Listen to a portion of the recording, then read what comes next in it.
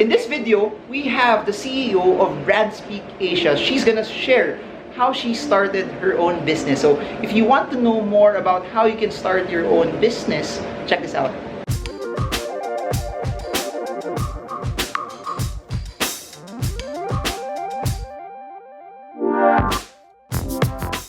Please subscribe to Marvin Germa's channel. And hit the bell, guys, and please stay till the end. You have so much insights from her, guys. So enjoy the video. Hey guys, so in this video, we have a very special guest. Super. If I have a bucket list on top CEOs, founders of companies that I could ever have in this channel, she's one of them. We have the CEO and founder of Brand Speak Asia, Miss Leigh Armas. Hello, Leigh. Hey guys, how are you? You do PR, you do events, you do branding. Pero what I always ask entrepreneurs is, people always see the success, people always see the product. Where did you start? Was this something that you planned earlier on? I want to know your backstory. I started 14 years ago, but I'm not gonna take you all the way there. And you're right. Normally, you know, as an entrepreneur, people would see someone well-polished, successful, with platforms, their own boss, could manage their own time. But there's a lot of dirty work or legwork when you start your own business. So in my case, I was 26, and the primary reason why I started my own company is because I wanted to start a culture in the industry that I love, and basically that's public relations and creativity.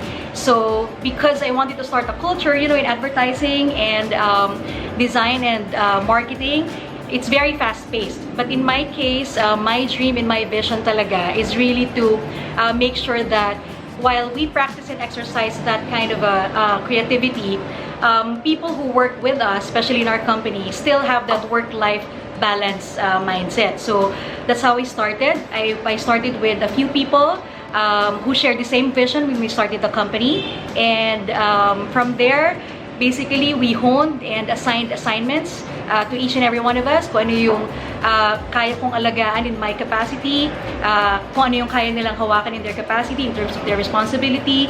So those are just some of the things that we managed. Of course, inisip din namin gaano ba kalaki yung capital na meron kami when we started. And to tell you, actually, when we started in 2006, we only had 50,000 worth in capital. Okay. Yeah. For those that want to go into this industry, that's how it starts lang. You don't need a large amount of money also when you get into this. Well, in our case kasi, because the type of business that I have is service-oriented, you don't necessarily have a large capital. So in my case, I only need to work, maybe marami ngayon ganyan na yung ginagawa. They can work in coffee shops, in other places or co-working spaces, right? So hindi mo kailangan mag-rent agad ng building kasi that will add up to your operational expense right away. You don't have to buy your own office right away kasi that adds up to your capital expenditure. So in my case, I want to make sure lang na I minimize the risk kasi it's also the first time that I'm starting my own company in that capacity. So I guess one thing na kailangan tandaan ng mga gustong mag-start ng business is that you minimize your risk so that you can maximize your revenue or your profit. I assume before you jumped into entrepreneurship, you were employed. Yes. Okay, how many years were you employed? Was that connected to your course? How does that connect also to what you're doing now? And then, follow up to that, what made you jump, knowing that if you had a stable job, stable salary from what you were getting, what caused you to make the leap already? Because it's scary. I get a lot of questions that they really want to do a business already, but they're too scared to do it as well. So, what was your jump? Okay, so yes, I started working first as an employee. In fact, I practiced my course. I graduated with industrial economics. So in a way, my first job was in the finance industry. I give investment advice, basically, in the finance sector. And so I got to practice my course, but only for about three and a half years. And then after that, I realized there is a certain side of my brain, which is my left side, I think, that practice creativity. And I am actually parang burning with passion to exercise that. So I really wanted to explore creativity. And one day, I actually had a client, and he really liked the way that I do things. And he said, if I don't hire that girl, talking about me, then we should close this company. So that was a PR company, actually. And I tried it out. I really loved it. And I was able to express and practice my creativity. Kaya lang, when I started to jump in that company, so I was employed again, I worked there for a year and a half. Even though I just worked there for 1 year and a half, I felt like I've been working for like 10 years because, again, the industry, PR, advertising, it's very hectic, it's very demanding. Lahat ng deadlines mo, kahapon. Alam mo yun, lagi ka nagmamadali. And so, in my case also, I already had 2 little children back then, and I wasn't able to really live out, my days. When I leave the house, tulog pa sila. When I come back at home, tulog na sila. So really, the big jump for me, you're asking me, is I really want to focus on things that matter. So in that case, I don't want to lose out working, getting all the promotions, getting all the commissions, but not be able to live out my life for the ones that truly matter. And in this case, my kids. So that made me jump from exploring, okay, what if I own my own business? Then basically, I'll have the ability to direct my own time and manage my own time. So that started it.